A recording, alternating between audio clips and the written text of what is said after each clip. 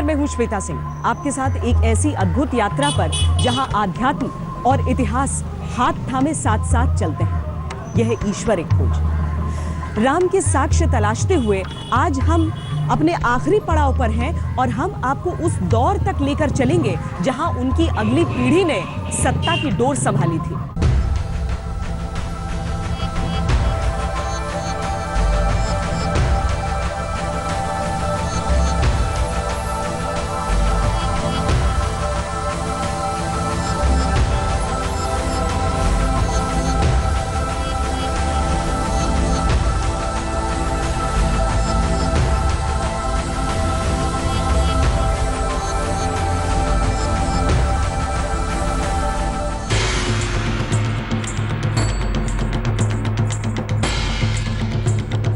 पिछले एपिसोड में हमने आपको पंचवटी के पुरातात्विक साक्ष्य दिखाए,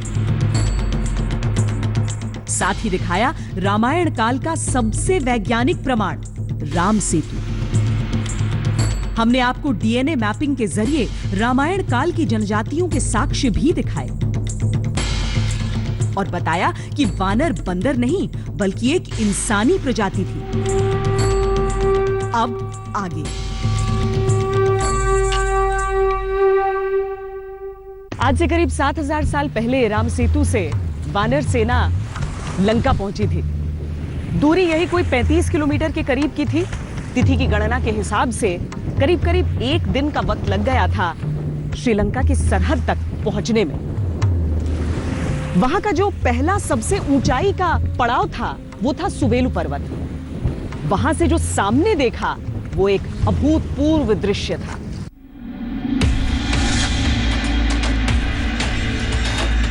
सोने की लंका,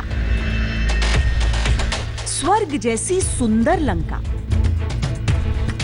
वाल्मीकि रामायण के अनुसार विश्वकर्मा ने स्वयं लंका नगरी का निर्माण किया था।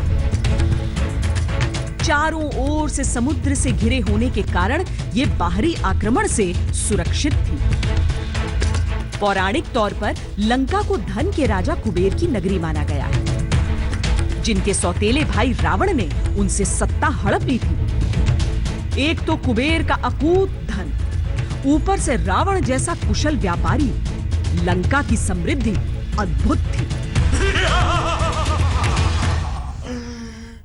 लंका बिल्कुल संपूर्ण नगरियों से अलग ही है, भिन्न है, स्वर्णमयी है, स्वर्ण से रत्नों से विभूषित है। रामायण को इतिहास के रूप में स्वीकार कर इसका प्रचार सबसे पहले वर्तमान के श्रीलंका ने ही शुरू किया। वहां की सरकार ने तो पर्यटन के नाम पर रावण का शरीर पाए जाने का दावा भी कर दिया। हालांकि श्रीलंका सरकार द्वारा पेश किए गए पुरातात्विक प्रमाणों को वैज्ञानिक नहीं मानते हैं।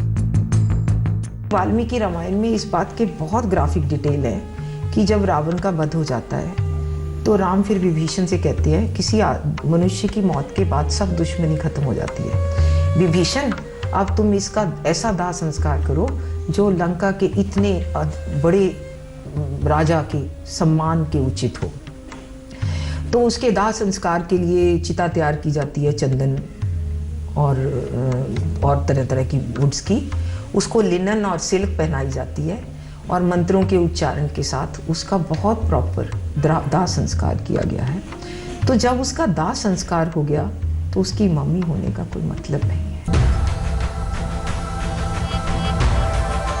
हालांकि कुछ लोग सवाल उठाते हैं, लेकिन इस बात को लेकर कोई संशय नहीं कि आज का श्रीलंका ही त्रेता युग की लंका थी। श्रीलंका में नोवारा इलिया नाम की एक जगह है, जहां बेहद मनोरम घाटियों के बीच एक वाटिका है। इसे अशोक वाटिका कहा जाता है। नोवारा इलिया एरिया में अशोक वाटिका है। बहुत सुंदर गार्डन उन्होंने आज मेंटेन किया है, मगर मैं उसको बड़े डिफरेंट एंगल से देख रही थी कि ऑब्वियसली 7000 साल पहले तो वही गार्डन नहीं हो सकता, वो लेवल भी नहीं हो सकता। तो मैंने उसमें बड़े ध्यान से ये देखा कि उसमें कुछ बहुत नीचे भी ज़मीन है, लेवल है। तो हो सकता है कि उस एरिया में कभी लोअर लेवल पे 7000 साल पहले वाटिका वगैरह रही होगी।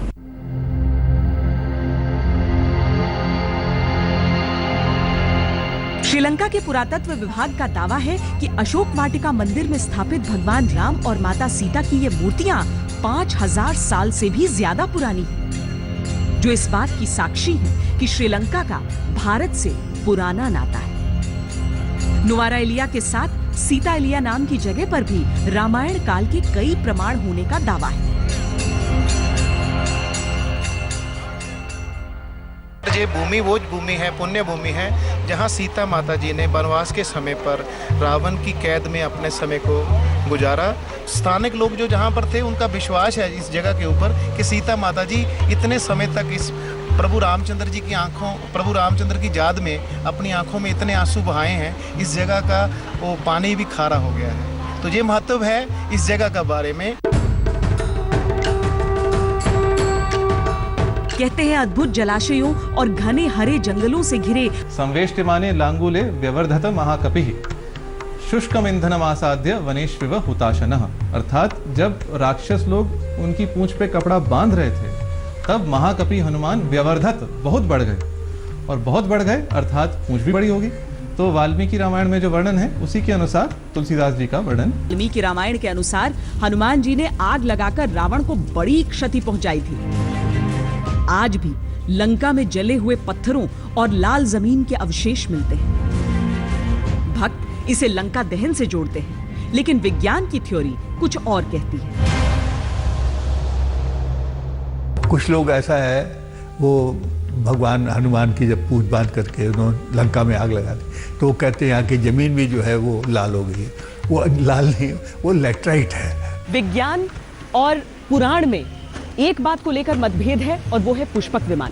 कहते हैं कि जब रावण ने कुबेर से लंका छीनी थी तो साथ में पुष्पक विमान भी छीन लिया था। हालांकि इस विमान के वर्तमान में कोई प्रमाण नहीं मिलते हैं। हालांकि यहाँ हम इसके पक्ष और विरोध में तर्क आपके सामने रखते हैं। अगर वाल्मीकि रामायण की रचना के काल पर बहस भी हो तब भी रामचरितमानस में भी पुष्पक का ब्यौरा है, और ये भी लगभग 400 साल पहले की बात है।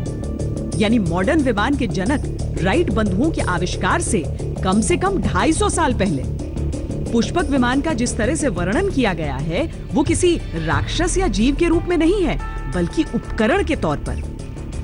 पुष्पक विमान का तो कोई प्रूफ, कोई सबूत नहीं है, लेकिन इसका मतलब ये नहीं कि प्राचीन भारत में विज्ञान का प्रचार नहीं हुआ था, कि विज्ञान डेवलप नहीं हुआ था, ऐसा नहीं है।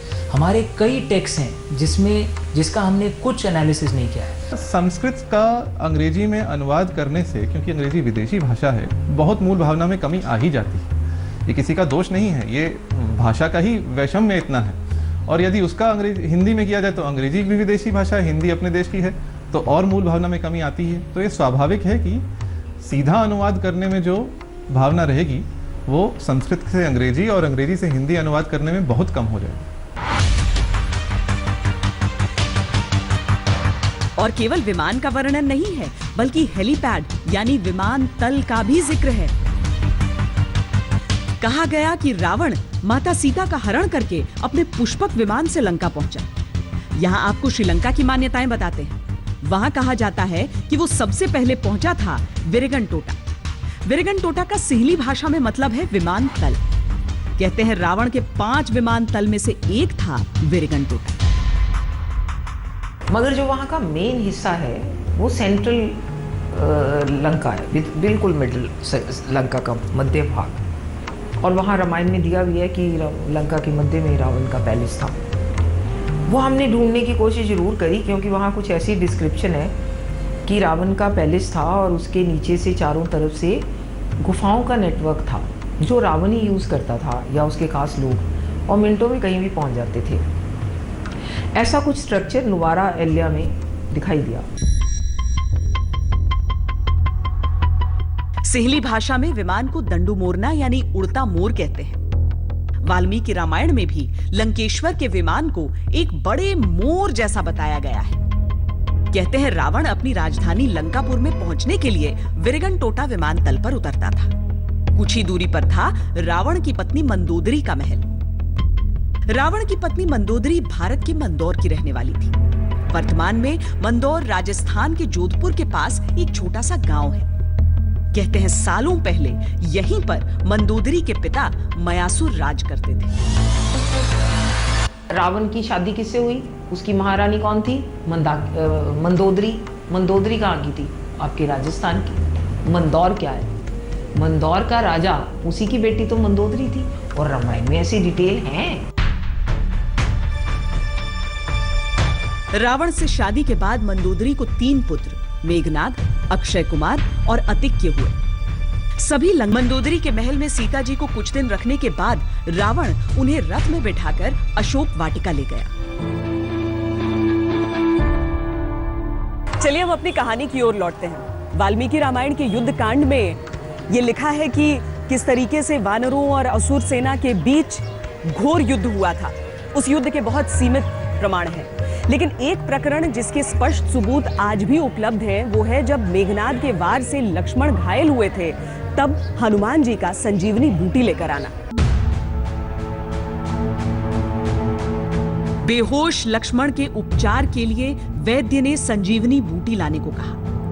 बताया गया कि हिमालय के कैलाश पर्वत और ऋषभ पर्वत के बीच स्थित औषधीय पर्वत पर संजीवनी, विशल्यकरणी और सुवर्णकरणी औषधियां मिलती हैं।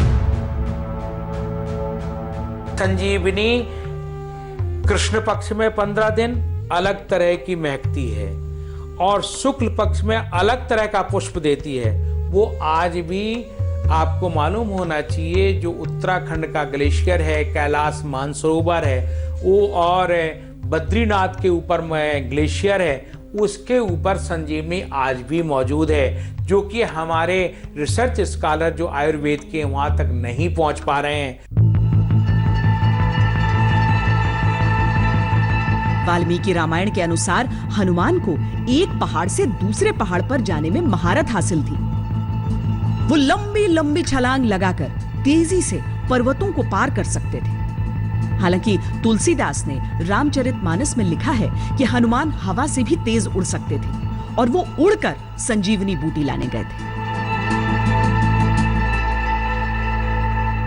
डायनासोर युग में हम देखते हैं कि कुछ डायनासोर भी उड़ने की शक्ति भी रखते थे, उनके फॉसिल्स भी हमको मिलते हैं, लेकिन ऐसा कोई फॉसिल नहीं मिला है कि कोई भी ऐसा कोई अवशेष नहीं मिलता है। फॉसिल कहते हैं जो हड्डी वगैरह बचे रहते हैं, तो उसको हम लोग फॉसिल कहते हैं। तो ऐसा कोई फॉसिल नहीं मिला है जिसमें कि मनुष्य का आकार हो और वो उड़ने की क्षमता रखता हो। वाल्मीकि रामायण में हनुमान जी के आकाश मार्ग से लंका जाने का वर्णन है तो वो पक्षी ही रहे होंगे, क्योंकि मनुष्य और वानर तोड़ नहीं सकते। तो मनुष्य हैं, वानर हैं, पक्षी हैं।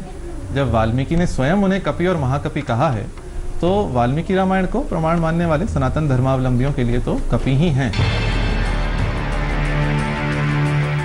संजीवनी बूटी को लेकर भी कई शोध किए गए हैं। रामायण में इस बूटी का विस्तृत वर्णन नहीं किया गया है, पर जीवनदायक बूटी के तौर पर कई पौधों की पहचान हुई है। सेलाजिनेला ब्रायोप्टेरिस, डेंड्रोबियम प्लिकेटाइल और क्रेसा क्रेटिका नाम के पौधों में संजीवनी वाले गुण पाए जाते हैं, पर अभी भी पक्के तौर पर किसी एक बूटी की पहचान संजीवनी के तौर पर नहीं की गई है।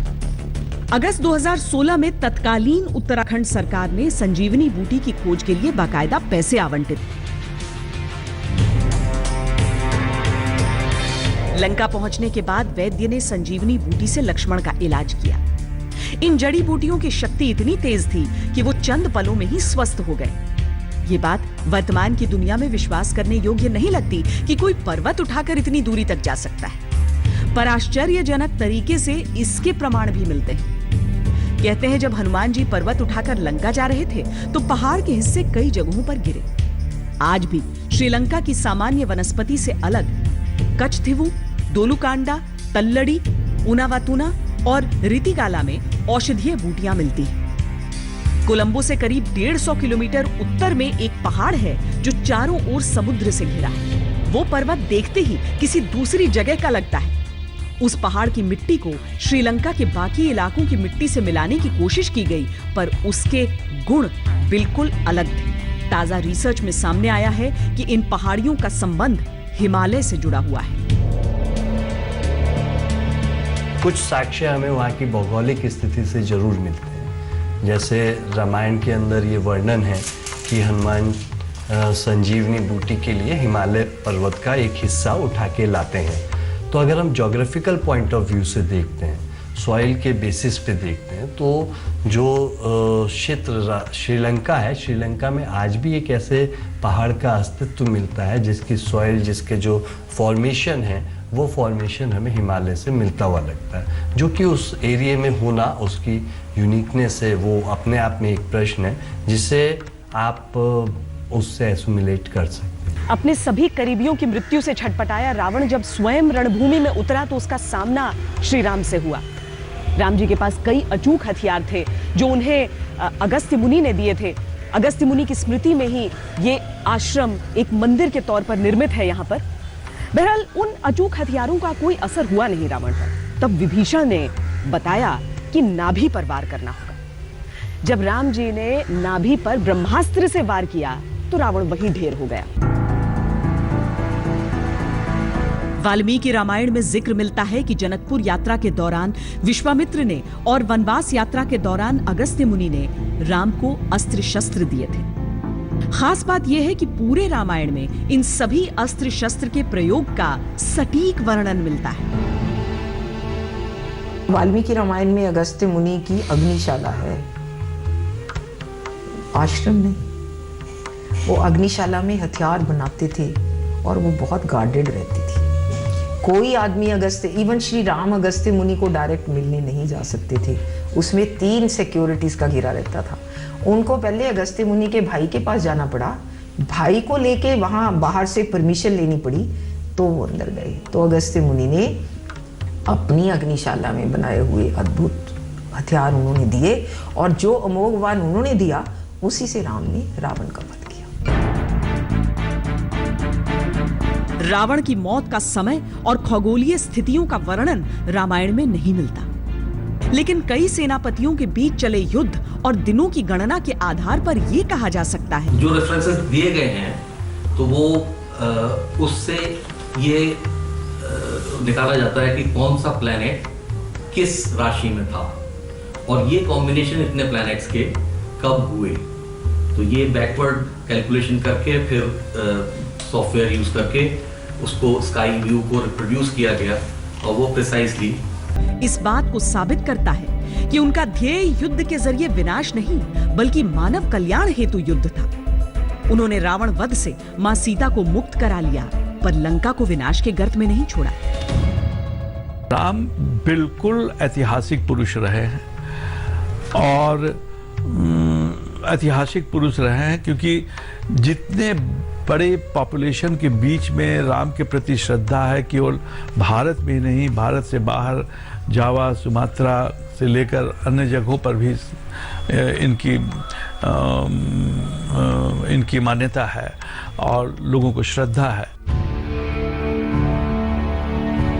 श्री राम विष्णु का अवतार माने गए पर साथ ही वो धरती पर राज करने वाले सबसे महान राजा थे जो आज की पीढ़ी के लिए भी उतने ही प्रासंगिक हैं। जो भगवान है वो हमारे पूर्वज थे, उनका खून हमारे रगों में दौड़ता है, मैं मानता हूँ और मुझे ये बात बहुत इंस्पायर करती है। लेकिन क्या मैं इसको प्रूव कर सकता हूँ? नहीं। लेकिन मैं किसी के ऊपर थोपने की कोशिश थोड़ी कर रहा हूँ, बस मैं मानता हूँ। मुझे अच्छा लगता है कि अगर हम माने कि श्री राम, सीता माँ, शिव जी, इन सब का खून हमारे रगों में दौड़ रहा है और कितना इंस्पायर हम फील करेंगे कि भाई आजकल हमारी जो दशा है हमारे देश को, हमें शर्म आनी चाहिए कि ऐसे हमारे पूर्वज थे और आज हम लोग क्या कर रहे हैं। कहते हैं हनुमान जी के अशोक वाटिका तक पहुंच जाने के बाद रावण ने सीता को वहां से निकालकर दूसरी जगह पर छिपा दिया था। उसकी मौत के बाद माता सीता को रावण गोदा के स्त्रीपुरा से मुक्त कराया गया। श्रीलंका में आज भी ये जगहें इसी नाम से हैं। विभीषण को राजा के रूप में पूजा जाता है तो राम सीता के अनेकों चित्र और प्रतिमाएं भी हैं।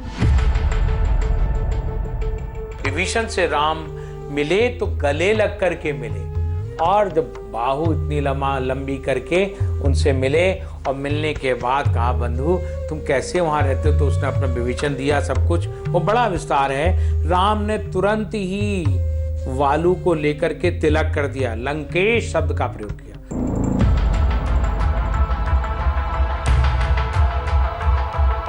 श्री राम के वनवास को अब 14 साल पूरे हो गए थे, यानी अयोध्या लौटने की बेला आ चली थी। श्री राम के बाद उनके राजपाट का क्या हुआ? उनके बच्चों लव और कुश के अलावा भरत, लक्ष्मण और शत्रुघ्न के बच्चों ने आगे चलकर क्या किया? ईश्वर की खोज में हम इतिहास के उन वर्षों को भी खंगालेंगे। हमें विराजमान है और उनसे जुड़े साक्ष्य हजारों किलोमीटर के दायरे में फैले हैं, जिन्हें हम समेटने की कोशिश कर रहे हैं। लेकिन क्या आप जानते हैं कि राजा बनने के बाद श्री राम के राजपाट का क्या हुआ? कितने सालों तक उन्होंने सत्ता संभाली? राम, लक्ष्मण, भरत, शत्रुघ्न के बच्चों ने कब और कहां राजपाट संभाला?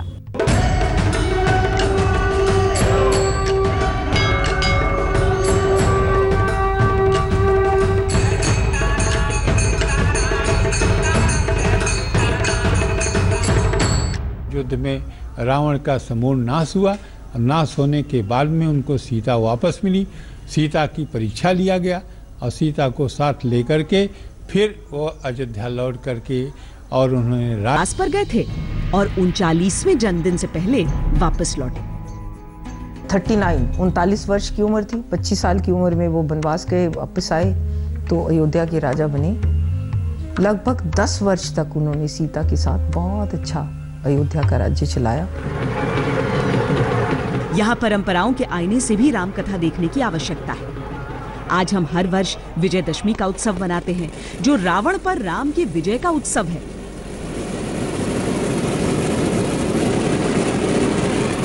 इसके ठीक 20 दिन बाद दीपावली का त्योहार मनाया जाता है, जो श्री राम के अयोध्या लौटने का दिन है।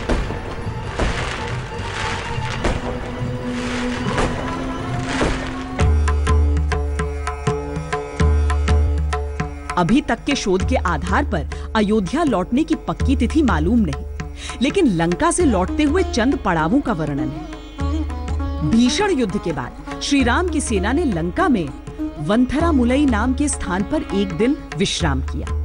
लंका में स्थिति बहाल करने और विभीषण की ताजपोशी के लिए भी श्री राम लंका में ही रुके। ब्राह्मण हत्या के दोष से मुक्ति के लिए कोलंबो से 80 किलोमीटर दूर मुन्नेश्वरम में उन्होंने पूजा की। कहा जाता है कि श्री राम पुष्पक विमान से लौटे थे और रास्ते में कई पड़ाव पर रुके भी थे। कई ऋषियों के आश्रम से होते हुए वो आखिर में श्रृंगवेरपुर में भारद्वाज आश्रम पहुंचे। यहाँ से हनुमान जी को संदेश के साथ अयोध्या भेजा और 4 दिन बाद स्वयं अयोध्या पहुंचे। भारद्वाज आश्रम गए, अपने ऋषि को प्रणाम किया और उनका धन्यवाद किया कि आपने मुझे जिस तरह का उपदेश दिया उसका मैंने 14 साल तक वन में उसी तरह से निर्वहन किया। उसमें कोई त्रुटि हो तो गुरुदेव मुझे बताएं। जिस दिन राम वापस लौटे उस दिन पूरे अयोध्या में दीपक जलाकर उनका स्वागत किया गया। आज के दौर में मान्यता है कि उस रोज अमावस की रात थी, इसीलिए दिए जलाकर रास्ता दिखाया गया और खुशियां मनाई गईं। आज भी उसी की याद में हर साल दीपावली का त्योहार मनाया जाता है।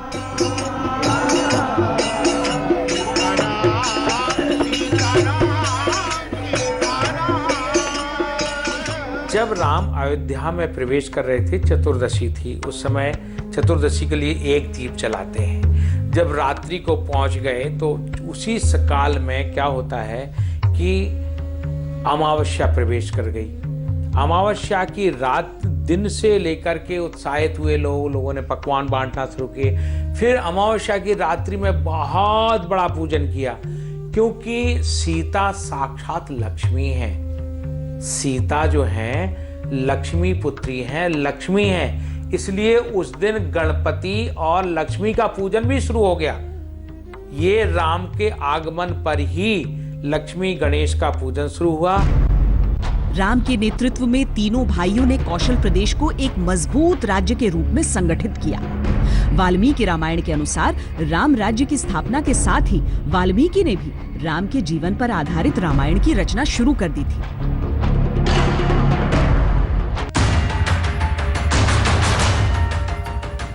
श्री राम ने एक ऐसे कल्याणकारी राज्य का उदाहरण प्रस्तुत किया जो आज भी आदर्श है। राम राज्य आज भी उस राज्य का पर्यायवाची है जहां जनता की खुशी और भलाई के लिए राजा राज करता है। वाल्मीकि लिखते हैं कि राम ने कई अश्वमेध यज्ञ किए और विशाल धन संपदा दान में दिए। इस प्रकार राम ने करीब 11 साल तक राज किया। राम राज्य के 11वें साल की बात है जब माता सीता को लेकर राज्य में कानाफूसी सी शुरू हो गई। यह आम धारणा है कि लंका से लौटने के फौरन बाद ऐसा हुआ, लेकिन दरअसल ये श्री राम के शासन के 10 साल के बाद की बात है।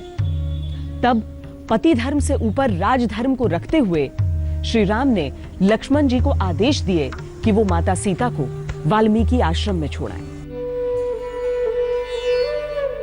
राम की आज्ञा पाकर लक्ष्मण दुखी मन से सीता को लेकर वाल्मीकि आश्रम की ओर चल दिए। शोध में सामने आया है कि वाल्मीकि आश्रम चित्रकूट में था। वनवास काल के दौरान राम, सीता और लक्ष्मण यहाँ पहले भी जा चुके थे। श्री राम इस आश्रम से अच्छी तरह से परिचित थे, इसीलिए उन्होंने सीता को वहां भेजा। सीता ने जाकर के वाल्मीकि आश्रम में रही और वहीं से लव और कुश का जन्म हुआ और भगवान राम बिना नारी के राज करते रहे। और उसके बाद में जब बहुत दिन बीत गया तब उन्होंने एक यज्ञ किया। वाल्मीकि आश्रम में रामायण के अध्यायों को वाल्मीकि ने दोनों को मुंह जबानी याद करा दिया। लव और कुश रामायण का पाठ नगर नगर जाकर करने लगे। उनकी ख्याति अयोध्या तक पहुंची। श्री राम से कैसे उनकी भेंट हुई, पूरा उल्लेख इसका मिलता है। कैसे माता सीता धरती में समा गईं। हालांकि इसके कोई प्रमाण नहीं है और सबका अपना अलग अलग आकलन है कि धरती में समाने का अर्थ क्या रहा होगा। श्री राम अपने बेटों को अपने साथ राजमहल ले गए। अयोध्या पर कुछ दिन शासन करने के बाद उन्होंने इक्ष्वाकु वंश को पूरे भारत में स्थापित करने के लिए अपने और अपने भाइयों के बेटों को राजपाट सौंपने की प्रक्रिया शुरू की। शोध में सामने आया है कि राम को जहां 2 बेटे लव और कुश थे, भरत के भी 2 बेटे थे। इनका नाम तक्ष और पुष्कल था। लक्ष्मण के भी 2 बेटे थे। उनका नाम चंद्रकेतु और अंगद था। सबसे छोटे भाई शत्रुघ्न के भी 2 बेटे थे, जिनका नाम सुबाहु और शत्रुघाती था। भरत के 2 बच्चे थे, कुश के 8 बच्चे थे। इन बच्चों में इतना सौहार्द था, इतनी संपन्नता थी, एक साथ ही ये मिलकर के चलते थे, क्योंकि राम राज्य बन गया था। ये राम का राज्य है, राम का आदर्श है और वो चला। उत्तर रामायण में राम के बाद उनके परिवार को लेकर विस्तार से वर्णन मिलता है। कहते हैं भरत अपने मामा युद्धजीत के बहुत करीबी थे। युद्धजीत कैकेय प्रदेश के राजा थे। वर्तमान परिप्रेक्ष्य में कैकेय प्रदेश अफगानिस्तान के आसपास का इलाका माना जा सकता है। मामा युद्धजीत ने गंधर्व के खिलाफ युद्ध के लिए कौशल प्रदेश से राजा राम से मदद मांगी। श्री राम के आदेश पर भरत अपने दोनों बेटों तक्ष और पुष्कल के साथ कैकेय प्रदेश गए। गंधर्व को हराने के बाद भरत ने यहाँ पर अपने बड़े बेटे तक्ष के नाम पर तक्षशिला राज्य की स्थापना की। साथ ही छोटे बेटे पुष्कल के नाम पर पुष्कलावत राज्य की स्थापना की। 5 साल तक दोनों को शासन सत्ता की बारीकियां सिखाने के बाद भरत वापस अयोध्या लौट आए। श्री राम चाहते थे कि चारों दिशा में उनके अपनों की सत्ता पर पकड़ हो। लिहाजा भरत के कहने पर पूर्वोत्तर के राज्य करुपथ को राम ने कौशल प्रदेश के अधीन कर लिया। लक्ष्मण के दोनों बेटों अंगद और चंद्रकेतु के नाम पर अंगदीय और चंद्रकांता नगरों को बसाया गया। 1 साल तक लक्ष्मण यहाँ रहकर वापस अयोध्या लौट आए। इसी तरह से शत्रुघ्न ने लवनासुर का वध करके यमुना के किनारे 2 भव्य नगरों विदिशा और मथुरापुरी का निर्माण किया। पुत्र सुबाहु को मथुरापुरी और शत्रुघाती को विदिशा का राजपाट सौंपकर वो भी वापस अयोध्या लौट गए। लवनासुर को मारने के बाद उन्होंने पहले ही शत्रुघ्न को परिवार के साथ भेज दिया था और कहा था कि वहाँ 2 कैपिटल सिटीज डेवलप करना, मथुरा और विदिशा। मथुरा यूपी में है, विदिशा मध्य प्रदेश में, और वहाँ अपने पुत्रों को राज्य का राजकाज करने में ट्रेनिंग दे। ऐसा वर्णन मिलता है कि श्री राम ने कौशल राज्य को 2 हिस्सों में बांट दिया। अपने बेटों लव और कुश को सौंपकर स्वयं बैकुंठ धाम जाने की तैयारियां शुरू कर दी।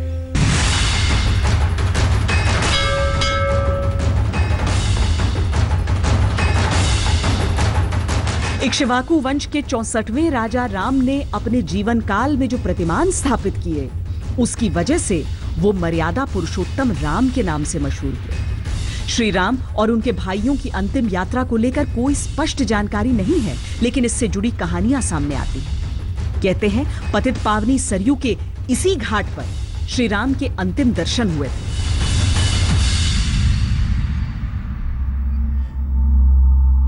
तो भगवान राम अपने सब परिवारों के अयोध्या वासियों के साथ सर्वे राम अनुव्रता और सभी के साथ वो उस परम धाम के गए। उस धाम को गए जत गत्वा निवर्तन्ते तद धामम परमम, जहाँ जाने के बाद जीवात्मा इस संसार में नहीं आता। श्री राम की कहानी भारतवर्ष के एकीकरण में सबसे बड़े कारक के रूप में उभर कर आती है। देखा जाए तो श्री राम ने उस दौर में सोशल इंजीनियरिंग के जरिए एक मजबूत राज्य की नींव डाली, जहां कोल जनजाति के गुण निषाद को प्रेम और सम्मान देकर गले लगाया, वहीं भील जाति की दलित शबरी के जूठे बेर खाकर अस्पृश्यता के विरुद्ध एक प्रबल संदेश दिया। आप भारत के किसी भी कोने में चले जाएं, कोई भी धर्म का हो, कोई भी जाति का हो, कोई भी भाषा बात करने वाला हो, आप किसी से भी पूछें कि देश को सबसे अच्छा चलाने का तरीका क्या है, सब कहेंगे राम राज्य। आज तक वो छवि हमारे दिल में है। तो इस पे सोचने की ज़रूरत है कि राम राज्य का मतलब क्या है, वो हमारे दिल में अभी तक जिंदा क्यों है। और जितना ज़्यादा हम सोचेंगे उतना हम इंस्पायर होंगे, उतना हम अपने आज की दशा को सुधार सकते हैं। जहाँ तक पारंपरिक मत है तो वाल्मीकि रामायण को तो वेद ही समझा जाता है। अगस्त्य संहिता में कहा गया है कि वेद वेद्ये परे पुंसी जाते दशरथात्मजे, वेदः प्राचेत सादासीत साक्षात रामायण आत्मना, तस्माद् रामायणम देवी वेद एव न संशयः। ये ऐतिहासिक पुरुष थे, उनकी ऐतिहासिकता उनके वंशज वालों की उससे पता लगती है, और यही महाभारत के बारे में है। तो ये कहना कि वो ऐतिहासिक पुरुष नहीं थे, ये न्याय संगत नहीं।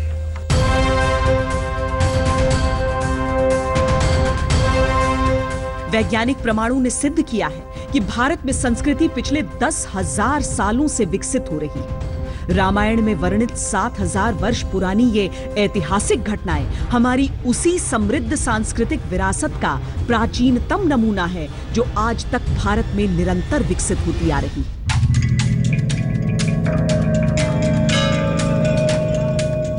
लगातार वैज्ञानिक शोध ने अंग्रेजों के दौर की उस थ्योरी को पूरी तरह नकार दिया है, जहां भारत में सभ्यता के विकास को पश्चिम से आर्यों के आने से जोड़ा गया है। हर एक प्रमाण भारतीय सभ्यता के इतिहास पर मुहर लगाता है। के पदचिन्हों पर चलते हुए हमने इतिहास के कई प्रमाण आपके सामने रखे हैं। आज के लिए इतना ही, लेकिन जब अगले एपिसोड में आपसे फिर भेंट होगी तो हम ईश्वर के किसी और रूप के साक्ष्य आपके साथ तलाशेंगे। तब तक देश और दुनिया की बाकी खबरों के लिए आप देखते रहिए आज। ईश्वर एक खोज कॉन्टेस्ट में पिछले हफ्ते हमने आपसे पूछा था, रिसर्च के मुताबिक राम सेतु का निर्माण कितने दिनों में पूरा हो गया था? ए 5 महीने, बी 5 साल या सी 5 दिन? और सही जवाब है सी 5 दिन। सही जवाब भेजने वाले हमारे 5 लकी विजेता हैं: राहुल तिवारी दिल्ली, देवीदास पुणे, कादिर जमाल कोलकाता, रुपेश राज गोपालगंज बिहार, संगीता शुक्ला कानपुर। आपको मिलता है शानदार इनाम।